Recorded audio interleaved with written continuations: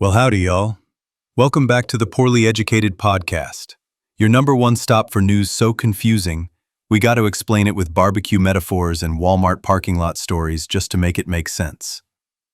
Today we're diving into Trump's October 2nd extravaganza, a shutdown that ain't just broke, it's weaponized, a drug deal with Pfizer that's sketchier than Cousin Ricky's back alley fireworks sales, some courtroom dramas where Trump's trying to lasso the Supreme Court like a prize hog, and of course, his big ol' crusade against woke foreign aid.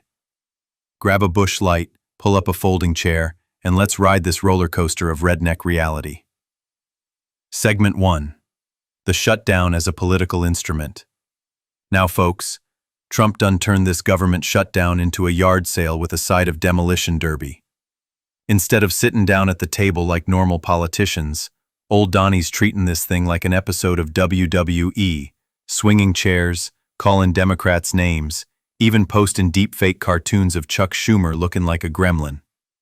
And let me tell ya, when the president's main negotiation tactic is making TikTok memes, we're doomed.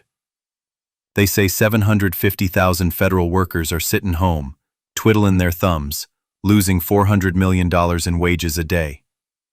Shoot, that's more than I lost in blackjack that time I went to Vegas with Uncle Daryl.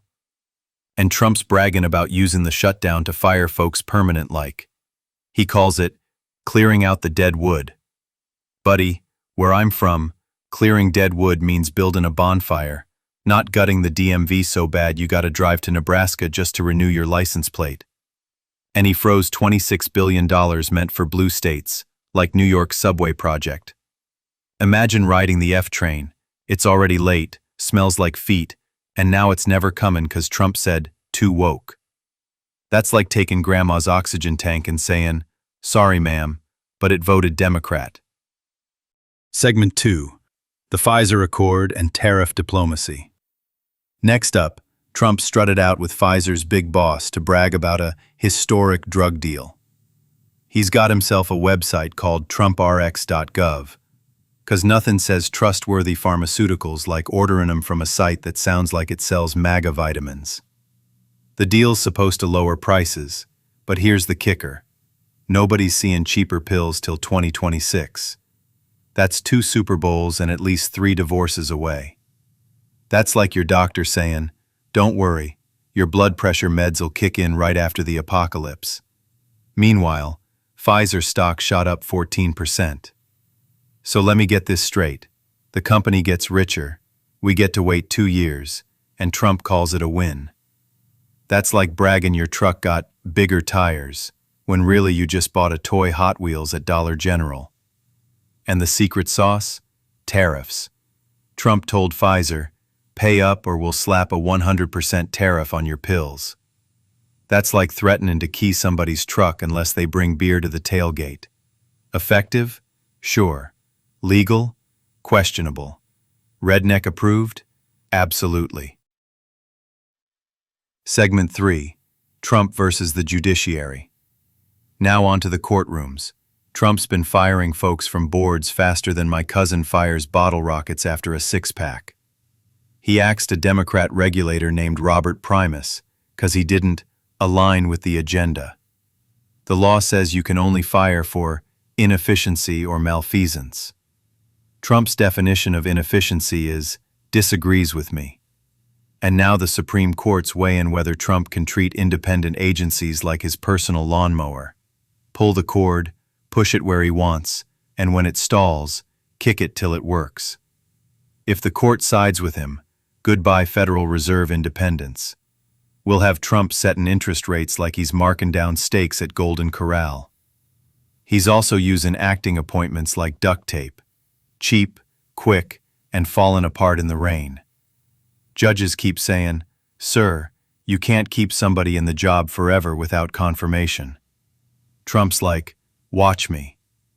It's like when your buddy borrows your ATV for a weekend, and 3 years later, he's still mudding with it. Segment 4. Foreign and Social Policy.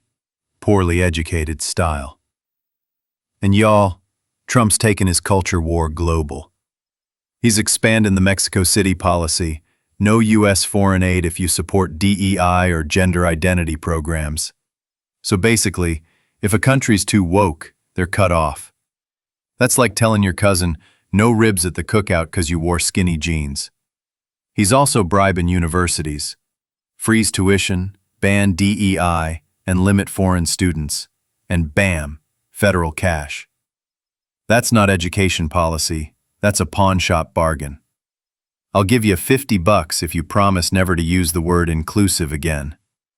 And in foreign policy land, he's cozying up with Qatar, like their neighbors trading lawnmowers, telling Ukraine to go ahead and blow up Russian pipelines with our intel, and dangling a Gaza plan like a possum on a clothesline. Hamas is interested, but asking for more time. Buddy, if Hamas is the reasonable one at the table, you know you're in a wild script. Segment 5. Wrapping it all up. So what do we got, folks? Trump's turned a shutdown into a chainsaw, a drug deal into a waiting game, a Supreme Court fight into a rodeo, and foreign aid into a culture war roadshow. All stitched together under Project 2025, which is basically the redneck version of a cookbook. Step 1, burn everything. Step 2, declare victory. Now, I ain't saying Democrats are saints here.